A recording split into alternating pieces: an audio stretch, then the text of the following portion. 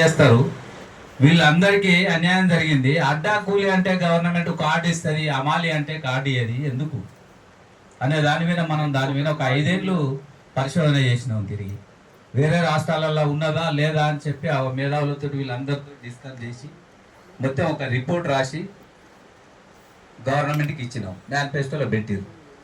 అదేవిధంగా మనం ఐక్యం కాకపోవడానికే మన లోపం. ప్రభుత్వం ఏం చేయదనేది కాదు, మనం బలంగా ఉంటే వాళ్ళు భయపడతారు, మనం బలహీనంగా ఉంటే వాళ్ళు సప్పుడు ఎక్కుకుంటారు.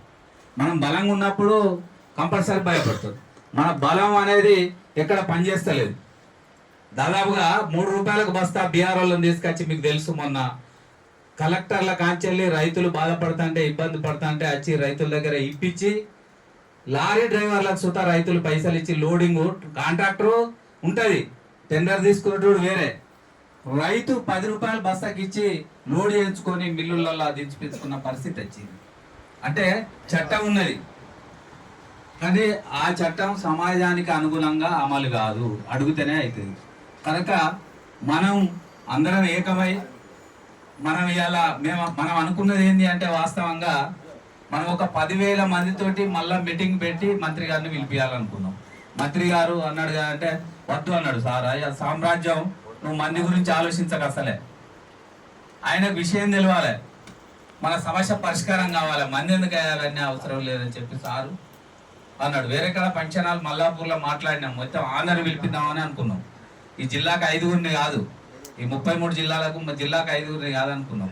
జిల్లాకు ఒక 1000 మందిని పిలిచి ఆడ మల్లాపూర్లో పంచనాలు బుక్ చేసి అన్ని రెడీ చేసినాక సారు వద్దు, సమస్య పరిష్కారం మార్గం వెతికేటువంటి పద్ధతి అది కాదు ఇది అని చెప్తే మళ్ళీ అది క్యాన్సిల్ చేసి మాట్లాడు. ఎందుకు అంటే మన సమస్య ప్రభుత్వానికి తెలుసు కనుక, మనం సార్కు తెలియదు, మంత్రి గారికి తెలియదు, మేనిఫెస్టో తయారు చేసినప్పుడు లేదు, తర్వాత కలిసినప్పుడు సుతా సరిగా దొరకలే, వాళ్ళందరికీ తెలుసు కనుక ఈ మంత్రి గారికి తెలవడానికి కొరకు మనం ఈ మీటింగ్ పెట్టి, ఆ రోజు మీటింగ్ వెళ్తే రాలే సార్, ఎటో అమెరికా వేయండు.